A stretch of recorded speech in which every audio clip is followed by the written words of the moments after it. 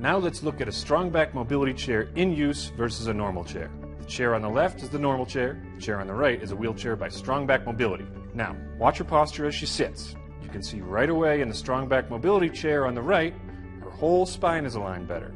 Her shoulders are back, and her chest is out. Her head is comfortably supported by her neck. Her lumbar area is completely supported.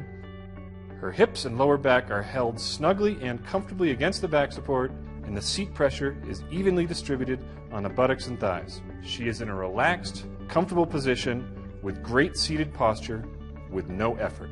Now on the other chair on the left, however, look what has happened. She's slipped forward in the seat, putting all the seat pressure on her coccyx.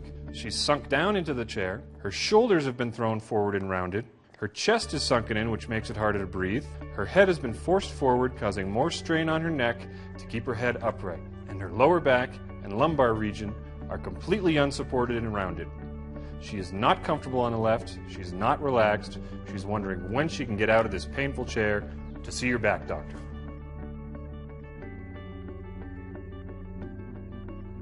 Convenience, easy to fold, stylish, ergonomic, lightweight at under 10 kilos, and very comfortable.